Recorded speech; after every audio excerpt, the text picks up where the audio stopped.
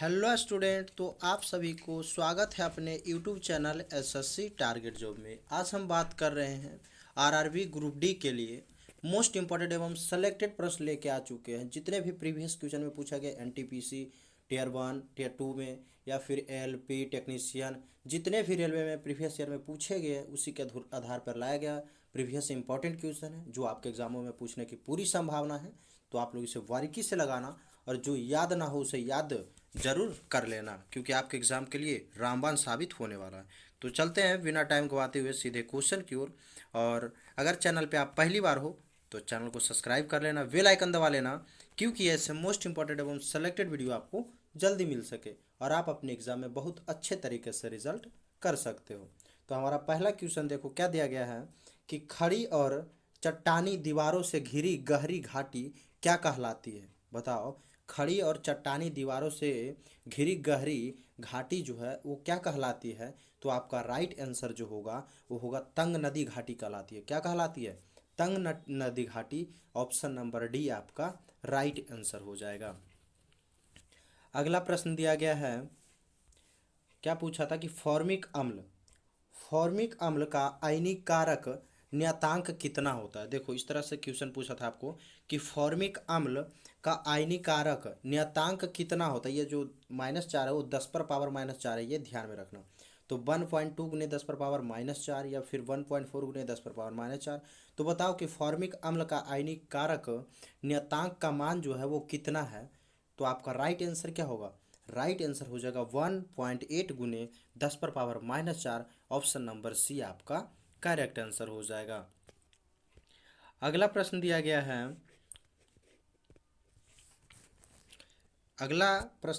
कि क्या राज्यसभा भंग की जा सकती है। बताओ, क्या राज्यसभा भंग की जा सकती है? कभी भी नहीं। या फिर राष्ट्रपति के विवेकाधिकार पर किया जा सकता है, या फिर प्रत्येक 3 वर्ष पे, या आपातकाल के दौरान। तो बताओ कि राज्यसभा भंग की जा सकती है या फिर नहीं। तो आपका राइट आंसर जो हो जाएगा, राज्यसभा भंग नहीं किया जाता है, ये ध्यान में रखना। ऑप्शन ए आपका करेक्ट आंसर हो जाएगा। अगला प्रश्न दिया गया है, राष्ट्रपति भारत के राष्ट्रपति के पद की शपथ कौन दिलाता है। बताओ, भारत के राष्ट्रपति को पद की शपथ जो है वो कौन दिलाता है? लोकसभा अध्यक्ष, उपराष्ट्रपति, भारत के मुख्य न्यायाधीश या फिर प्रधानमंत्री। तो राष्ट्रपति के पद की शपथ जो है वो कौन दिलाता है। तो आपका करेक्ट आंसर हो जाएगा भारत के मुख्य न्यायाधीश। कौन दिलाता है? तो भारत के मुख्य न्यायाधीश। ऑप्शन सी आपका राइट आंसर होगा। अगला प्रश्न दिया गया है, हैट्रिक। बताओ, हैट्रिक शब्द का प्रयोग किस खेल में किया जाता है। बताओ, हैट्रिक शब्द का प्रयोग जो है वो किस खेल में किया जाता है? क्रिकेट, गोल्फ, हॉकी या फिर फुटबॉल में। तो आपका करेक्ट आंसर क्या हो जाएगा? करेक्ट आंसर आपका ऑप्शन नंबर ए हो जाएगा। क्या होता है हैट्रिक? हैट्रिक 6 मारा या फिर हैट्रिक विकेट लिए, इसी को बोलता है। तो किस में? क्रिकेट में किया जाता है। ऑप्शन नंबर ए आपका राइट आंसर होगा। अगला प्रश्न दिया गया है, मैलोनिक अम्ल का आईयूपीएसी नाम क्या है। बताओ, आईयूपीएसी नाम पूछा है मैलोनिक अम्ल का, तो क्या हो जाएगा इसका राइट आंसर? मैलोनिक अम्ल का आईयूपीएसी नाम, तो आपका राइट आंसर हो जाएगा प्रोपेनेडिओइक अम्ल। क्या होता है? प्रोपेनोइडिओइक अम्ल। ऑप्शन ए आपका करेक्ट आंसर हो जाएगा। अगला प्रश्न दिया गया है,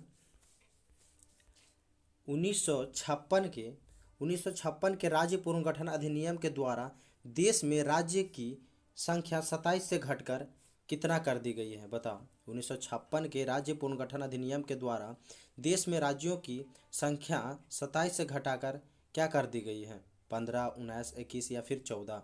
तो आपका राइट आंसर हो जाएगा 14। क्या हो जाएगा? ऑप्शन डी आपका करेक्ट आंसर हो जाएगा।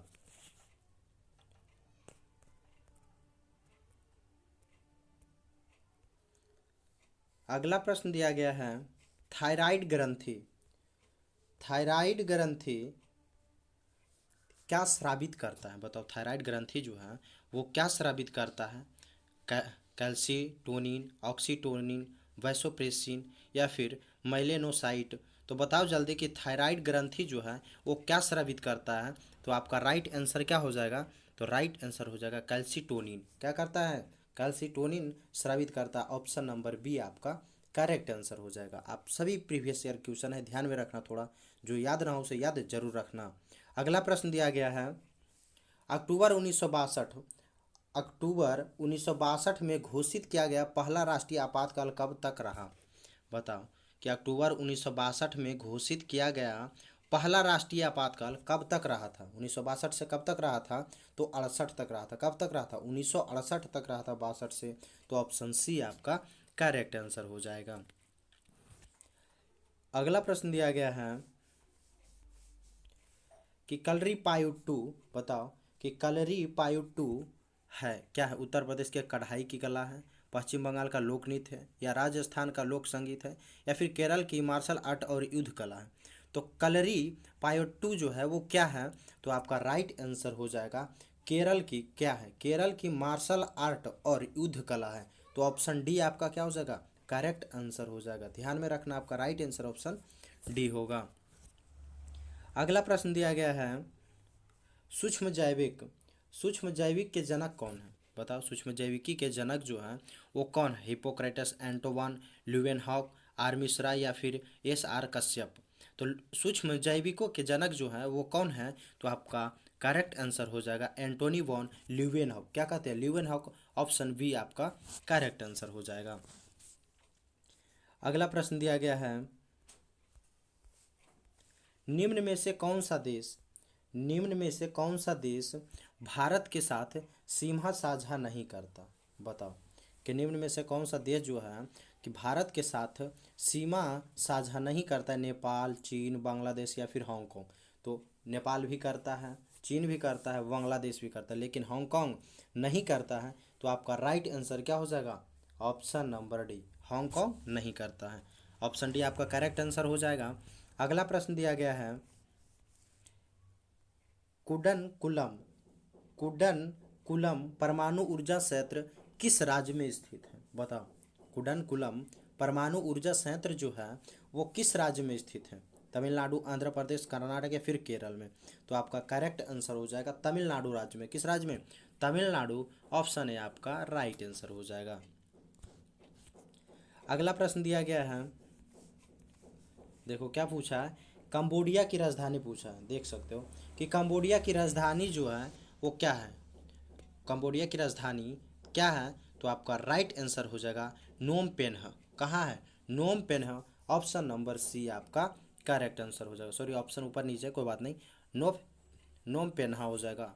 अगला प्रश्न दिया गया है, 14वें वित्त आयोग के अध्यक्ष, बताओ 14वें वित्त आयोग के अध्यक्ष कौन है? श्री सी रंगराजन, श्री एन के सिंह, या डॉक्टर वाई वी रेड्डी, या डॉक्टर विजय एल केलकर? तो बताओ कि 14वें वित्त आयोग के अध्यक्ष जो है वो कौन है? बताओ आपका राइट आंसर क्या हो जाएगा? तो डॉक्टर वाई वी रेड्डी हो जाएगा। ऑप्शन सी आपका करेक्ट आंसर। अगला प्रश्न दिया गया है, पृष्ठ तनाव ज्ञात करने का सूत्र बताओ।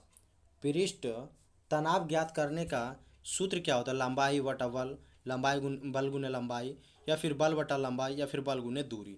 तो पृष्ठ तनाव ज्ञात करने का सूत्र जो होता है वो क्या होता है? तो आपका करेक्ट आंसर हो जाएगा बल बटा लंबाई होता है। क्या होता है? बल बटा लंबाई। ऑप्शन सी आपका राइट आंसर हो जाएगा।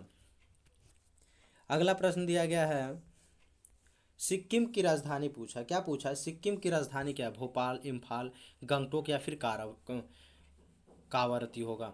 तो सिक्किम की राजधानी पूछा था आप सभी के एग्जामों में, तो हो जाएगा आपका गंगटोक। सिक्किम का गंगटोक होता है। Option B right answer. अगला प्रश्न दिया गया है, अगला प्रश्न में क्या पूछा है कि एपिडर्मिक कोशिकाओं में पाई जाने वाली वे कोशिकीय लंबी आकृतियां हैं जो मिट्टी से जल एवं खनिजों का अवशोषण करता है। बताओ वो कौन सी है? मूल रोम, रक्षी कोशिकाएं, स्टोमाटा है, या फिर उपचर्म है? तो बताओ एपिडर्मिक कोशिकाओं में पाए जाने वाले वे कोशिकीय लंबी आकृति है जो मिट्टी से जल एवं खनिज का अवशोषण करता है। तो आपका राइट आंसर क्या हो जाएगा? तो आपका राइट आंसर हो जाएगा मूल रोम। क्या हो जाएगा? आपका करेक्ट आंसर जो होगा ऑप्शन नंबर ए मूल रोम। अगला प्रश्न दिया गया है कि भारतीय इस्पात प्राधिकरण भारतीय इस्पात प्राधिकरण लिमिटेड का मुख्यालय कहाँ है?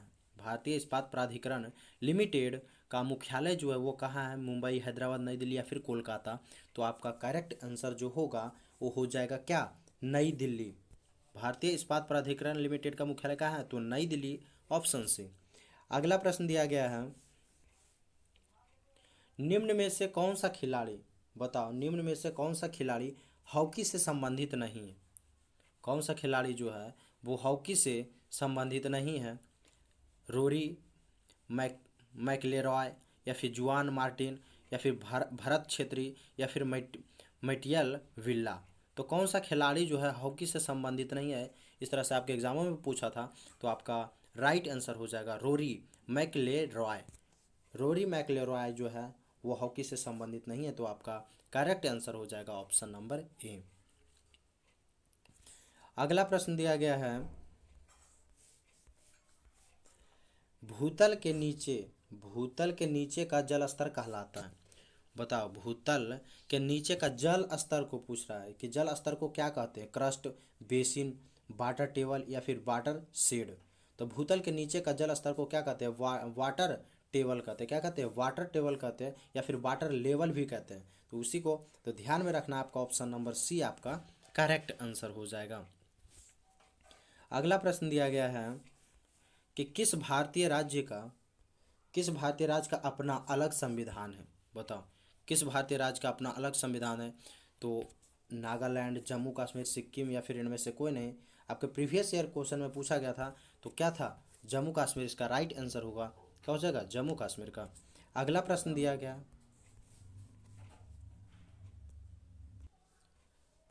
अगला प्रश्न है, मिसिसिपी नदी किस देश में बहती है? बताओ, ऑस्ट्रिया, यूनाइटेड किंगडम, संयुक्त राज्य अमेरिका या फिर इटली? तो मिसिसिपी नदी किस देश में बहती है?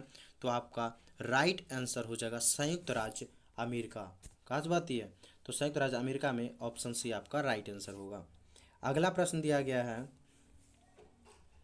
रावण द्वारा कैलाश पर्वत को हिलाते हुए चित्रित प्रतिमा कहाँ पाई गई है? बताओ, रावण द्वारा कैलाश पर्वत को हिलाते हुए चित्रित प्रतिमा जो है वो कहाँ पाया गया है? जूनागढ़ गुफाओं में, एलोरा गुफाओं में, अजंता गुफाओं में या फिर बराबर की गुफाओं में? तो बताओ, आपका राइट आंसर क्या हो जाएगा कि रावण द्वारा कैलाश पर्वत को हिलाते हुए चरित्र प्रतिमा जो है कहाँ मिला? तो आपका राइट आंसर हो जाएगा एलोरा की गुफाओं में। कहाँ? एलोरा की गुफाओं। एलोरा की गुफा कहाँ है? महाराष्ट्र। ऑप्शन बी आपका करेक्ट आंसर हो जाएगा। चलते हैं अगले प्रश्न की ओर। अगर आप लोग अभी तक वीडियो को लाइक नहीं किए तो वीडियो को लाइक कर देना। चैनल पे पहली बार हो तो चैनल का सब्सक्राइब जरूर कर लेना, क्योंकि ऐसे मोस्ट इंपॉर्टेंट सेलेक्टेड वीडियो आपको जल्दी मिल सके और आप अपने एग्जाम में बहुत अच्छे तरीके से रिजल्ट कर सकते हो। अगला प्रश्न दिया गया है, एस अगस्टस ऑड्स पुस्तक किसने लिखी है? सुनीता राव, सानिया मिर्जा, निरुपमा संजीव या फिर रसीम चक्रवर्ती? तो एस अगस्टस ऑड्स पुस्तक जो है वो किसने लिखी है? तो आपका करेक्ट आंसर हो जाएगा सानिया मिर्जा। कौन लिखी है? सानिया मिर्जा। ऑप्शन बी आपका राइट आंसर हो जाएगा। अगला प्रश्न दिया गया है, भारत का प्रथम नागरिक कौन है? बताओ, भारत का प्रथम नागरिक कौन होता है? तो भारत का प्रथम नागरिक भारत के राष्ट्रपति होता है। कौन होता है? भारत के राष्ट्रपति। तो आपका राइट आंसर हो जाएगा ऑप्शन नंबर बी। क्या हो जाएगा? Option number B. अगला प्रश्न दिया गया है, 2018 में राजीव गांधी खेल रत्न पुरस्कार निम्न में से किन भारतीय खिलाड़ी को प्राप्त हुआ? बताओ, 2018 में राजीव गांधी खेल रत्न पुरस्कार जो है निम्न में से किन भारतीय खिलाड़ियों को प्राप्त हुआ था? रोहित शर्मा और पीवी सिंधु, विराट कोहली और पीवी सिंधु, या फिर सैखोम मीराबाई चानू या विराट कोहली, या फिर साइना नेहवाल और रोहित शर्मा? तो 2018 में राजीव गांधी खेल रत्न पुरस्कार निम्न में से किन भारतीय खिलाड़ियों को प्राप्त हुआ था? तो आपका करेक्ट आंसर क्या हो जाएगा? सैखोम मीराबाई चानू और विराट कोहली को दिया गया था। तो ऑप्शन सी आपका राइट आंसर हो जाएगा। अगला प्रश्न दिया गया है,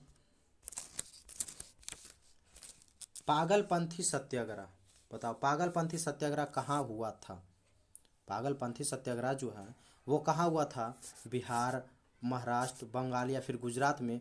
तो आपका करेक्ट आंसर जो होगा वो हो जाएगा आपको क्या? ऑप्शन नंबर सी बंगाल में। कहाँ हुआ था? बंगाल में हुआ था पागलपंथी सत्याग्रह, ये ध्यान में रखना। अगला प्रश्न दिया गया है, भारत का संविधान कब से लागू हुआ? क्या पूछा है? भारत का संविधान कब से लागू हुआ है? 1 जनवरी 1950, 26 जनवरी 1950, 26 नवंबर 1949 या फिर 26 जनवरी 1949 को।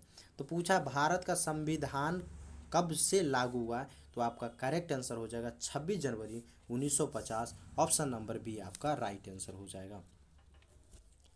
अगला प्रश्न दिया गया है, पुणे सार्वजनिक पुणे सार्वजनिक सभा की स्थापना निम्न में से किस स्थान पर हुई है? बताओ कि पुणे सार्वजनिक सभा की स्थापना जो है वो निम्न में से किस स्थान पे हुआ? जमशेदपुर, पुणे, पटना या फिर पुष्कर में। तो कहाँ किया गया है? तो आपका करेक्ट आंसर हो जाएगा पुणे में। पुणे सार्वजनिक सभा की स्थापना जो है पुणे में ही किया गया है। ऑप्शन बी आपका करेक्ट आंसर हो जाएगा। अगला प्रश्न दिया गया है, एल्यूमिनियम तत्व का परमाणु क्रमांक। बताओ एल्यूमिनियम तत्व का परमाणु क्रमांक कितना है? 15, 17, 13 या फिर इनमें से कोई नहीं। तो एल्यूमिनियम तत्व का परमाणु क्रमांक 13, ऑप्शन सी आपका करेक्ट आंसर हो जाएगा। अगला प्रश्न दिया गया है, 100 ग्राम सम्मा विद्रोह 100 ग्राम सम्मा विद्रोह कहाँ हुआ था? असम, दिल्ली, राजस्थान या फिर पश्चिम बंगाल में। तो 100 ग्राम सम्मा विद्रोह कहाँ हुआ था? तो आपका करेक्ट आंसर हो जाएगा असम में। कहाँ हुआ था? असम आपका ऑप्शन नंबर ये आपका राइट आंसर हो जाएगा।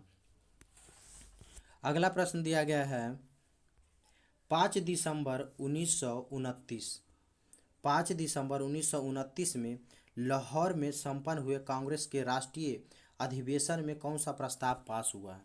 बताओ 5 दिसंबर 1929 में लाहौर में संपन्न हुए कांग्रेस के राष्ट्रीय अधिवेशन में कौन सा प्रस्ताव पास हुआ है? स्वदेशी प्रस्ताव, मसौदा प्रस्ताव, पूर्ण स्वराज प्रस्ताव या फिर राष्ट्रीय योजना प्रस्ताव। तो बताओ आपका राइट आंसर क्या हो जाएगा कि 5 दिसंबर 1929 में लाहौर में संपन्न हुए कांग्रेस राष्ट्रीय अधिवेशन में कौन सा प्रस्ताव पास हुआ था? तो आपका करेक्ट आंसर हो जाएगा पूर्ण स्वराज प्रस्ताव, ऑप्शन सी आपका राइट आंसर। अगला प्रश्न दिया गया है, लोकसभा में अविश्वास प्रस्ताव पहली बार किस वर्ष लाया गया? लोकसभा में अविश्वास प्रस्ताव पहली बार किस वर्ष लाया गया है? तो आपका करेक्ट आंसर हो जाएगा 1963 में। कब किया गया? 1963, ऑप्शन नंबर डी। अगला प्रश्न दिया गया है, निम्न में से किसने दो लगातार कार्यकालों में राष्ट्रपति के रूप में अपनी सेवाएं दी हैं? बताओ निम्न में से किसने 2 लगातार कार्यकालों में राष्ट्रपति के रूप में अपनी सेवाएं दी हैं? Doctor Rajendra Prasad, doctor S Radhakrishnan, बीबी गिरी या फिर एपीजे अब्दुल कलाम। तो आपका राइट आंसर क्या हो जाएगा? आपका राइट आंसर हो जाएगा doctor Rajendra Prasad. Option number A आपका करेक्ट आंसर हो जाएगा। अगला प्रश्न दिया गया है, शब्द फ्रीस्टाइल का उपयोग किस खेल में होता है? शब्द फ्रीस्टाइल का उपयोग जो है वो किस खेल में होता है? कुश्ती, शतरंज, हॉकी या फिर टेनिस। तो आपका राइट आंसर जो हो जाएगा वो हो जाएगा ऑप्शन नंबर ए, कुश्ती में। किस खेल में? तो कुश्ती में होता है। ऑप्शन ए आपका राइट आंसर हो जाएगा। अगला प्रश्न दिया गया है, हिंदू विधवा पूर्ण विवाह अधिनियम कब पारित किया गया था? 1627, 1856 या फिर 1743 या 1568 में। तो हिंदू विधवा पूर्ण विवाह अधिनियम कब पारित किया गया था? तो यह 1856 में। कब किया गया था? कब पारित किया गया था? तो 1856 में किया गया था। ऑप्शन नंबर बी आपका राइट आंसर हो जाएगा। अगला प्रश्न दिया गया है,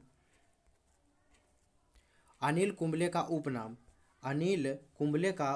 क्या है? जैमी, जैम्बो, फ्लाइंग मैन या फिर टॉर्पीडो। तो अनिल कुंबले का उपनाम क्या है? तो इसका राइट आंसर हो जाएगा जॉम्बो। ऑप्शन नंबर बी आपका राइट आंसर हो जाएगा। अगला प्रश्न दिया गया है, जावा की खाई किस महासागर में स्थित है? प्रशांत महासागर, आर्कटिक महासागर, अटलांटिक महासागर या फिर हिंद महासागर में। तो जावा की खाई जो है वो किस महासागर में स्थित है? तो आपका करेक्ट आंसर क्या हो जाएगा? करेक्ट आंसर हो जाएगा हिंद महासागर। ऑप्शन नंबर डी आपका राइट आंसर।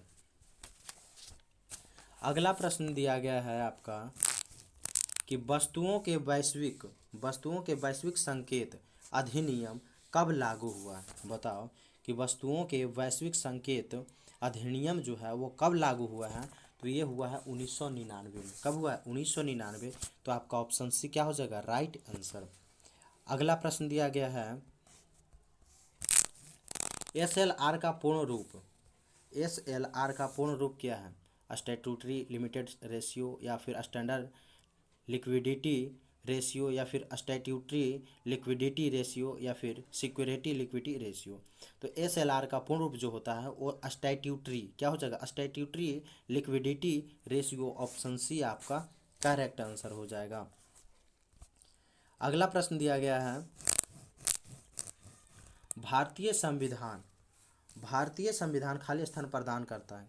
बताओ भारतीय संविधान जो है खाली स्थान प्रदान करता है कोई भी नहीं, एकल नागरिकता, दोनों, दोहरी नागरिकता, या फिर इनमें से कोई नहीं। तो बताओ कि भारतीय संविधान जो है वो क्या प्रदान करता है। तो एकल नागरिकता प्रदान करता है। क्या करता है? एकल नागरिकता। ऑप्शन बी आपका राइट आंसर हो जाएगा। हर एक प्रश्न आपका प्रीवियस ईयर में पूछा गया तो ध्यान में रखना, याद रखना। अगला प्रश्न दिया गया है हाथी गुम्फा शिलालेख। बताओ हाथी गुम्फा शिलालेख किसके द्वारा उत्कीर्ण कराया गया था? बिंबिसार द्वारा, अशोक, खारवेल, या फिर हर्ष। तो हाथी गुम्फा शिलालेख किसके द्वारा उत्कीर्ण कराया गया? तो आपका राइट आंसर हो जाएगा खारवेल द्वारा। किसके द्वारा? Kharavela. Option C right answer हो जाएगा। अगला प्रश्न दिया गया है एसआई पद्धति में गुणज। एसआई पद्धति में गुणज 10⁻⁻15 खाली स्थान का उपसर्ग है। अट्टो, फेमटो, योटा, या फिर जेप्टो। तो बताओ आपका राइट आंसर क्या हो जाएगा? एसआई पद्धति में गुणज 10⁻⁻15 का है तो हो जाएगा फेमटो। क्या हो जाएगा इसका राइट आंसर? फेमटो होता है। ऑप्शन बी करेक्ट आंसर हो जाएगा। अगला प्रश्न दिया गया है ईरान की मुद्रा का नाम। बताओ ईरान की मुद्रा का नाम क्या है? ईरानी एन, ईरानी रियाल, ईरानी दिनार, या फिर ईरानी डॉलर। तो ईरान की मुद्रा का नाम क्या है? तो आपका राइट आंसर हो जाएगा रियाल। क्या हो जाएगा? ईरानी रियाल। ऑप्शन बी आपका करेक्ट आंसर हो जाएगा। अगला प्रश्न दिया गया है सूर्य और शुक्र ग्रह के बीच। क्या पूछा है? सूर्य और शुक्र ग्रह के बीच की दूरी जो है वो कितनी है? 108.2 million kilometre, 129.2 million kilometre, 69.2 million kilometre, या फिर 58.2 मिलियन किलोमीटर। तो सूर्य और शुक्र ग्रह के बीच की दूरी जो है वो कितनी है ये पूछ रहा है। तो आपका राइट आंसर हो जाएगा 108.2 मिलियन किलोमीटर। ऑप्शन नंबर ये आपका राइट आंसर हो जाएगा। अगला प्रश्न दिया गया है बृहत संहिता पुस्तक। बृहत संहिता पुस्तक किसके द्वारा लिखी गई है? बृहत संहिता पुस्तक जो है वो किसके द्वारा लिखी गई है? पिंगली, भास्कर, माधव, या फिर बराह मिही द्वारा। तो बृहत संहिता पुस्तक जो लिखा गया है वो बराह मिही द्वारा। ऑप्शन डी आपका करेक्ट आंसर हो जाएगा। अगला प्रश्न दिया गया है विदेशी विनिमय बाजार। विदेशी विनिमय बाजार में वह स्थिति क्या कहलाती है जब घरेलू मुद्रा का मूल्य विदेशी मुद्रा की तुलना में गिरने लगता हो? तो अवमूल्यन कहलाता है, लागत वृद्धि कहलाता है, या पूर्ण मूल्यन कहलाता है, या फिर ऋण शोधन कहलाता है। तो बताओ क्या कहलाता है कि विदेशी विनिमय बाजार में वह स्थिति क्या कहलाती है जब घरेलू मुद्रा का विनिमय विदेशी मुद्रा की तुलना में गिरने लगता है? तो आपका राइट आंसर क्या हो जाएगा? तो अवमूल्यन कहलाता है। क्या कहलाता है? अवमूल्यन कहलाता है। ऑप्शन ए आपका राइट आंसर हो जाएगा। अगला प्रश्न दिया गया है हुतोम प्यांचार नक्शा पुस्तक किसने लिखी है? बताओ हुतोम प्यांचार नक्शा जो है पुस्तक किसने लिखी है? काली प्रसन्न सिंह, मधुसूदन, राजा राधाकांत देव, या फिर राजीव वर्मा। तो बताओ आपका राइट आंसर क्या हो जाएगा? हुतोम प्यांचार नक्शा पुस्तक किसने लिखा है? तो आपका करेक्ट आंसर हो जाएगा काली प्रसन्न सिंह लिखा है। ऑप्शन ए आपका राइट आंसर हो जाएगा। अगला प्रश्न दिया गया है न्यूट्रॉन की खोज किसके द्वारा की गई है? बताओ न्यूट्रॉन की खोज जो है वो किसके द्वारा की गई है? तो आपका करेक्ट आंसर हो जाएगा जेम्स चैडविक द्वारा। किसके द्वारा? जेम्स चैडविक, ऑप्शन सी आपका राइट आंसर हो जाएगा। तो आज यहीं तक मोस्ट इंपॉर्टेंट एवं सिलेक्टेड प्रश्न रखते हैं। मिलेंगे नेक्स्ट वीडियो में नेक्स्ट इंपॉर्टेंट क्वेश्चन के साथ। तो अगर आप लोग अभी तक वीडियो को लाइक नहीं किए तो वीडियो को लाइक कर देना। चैनल पे पहली बार हो तो चैनल को सब्सक्राइब जरूर कर लेना, क्योंकि ऐसे मोस्ट प्रीवियस इंपॉर्टेंट क्वेश्चन आपको जल्दी मिल सके और आप अपने एग्जाम में बहुत आसानी तरीके से रिजल्ट दे सकते हो। मिलेंगे नेक्स्ट वीडियो में, जब तक के लिए जय हिंद।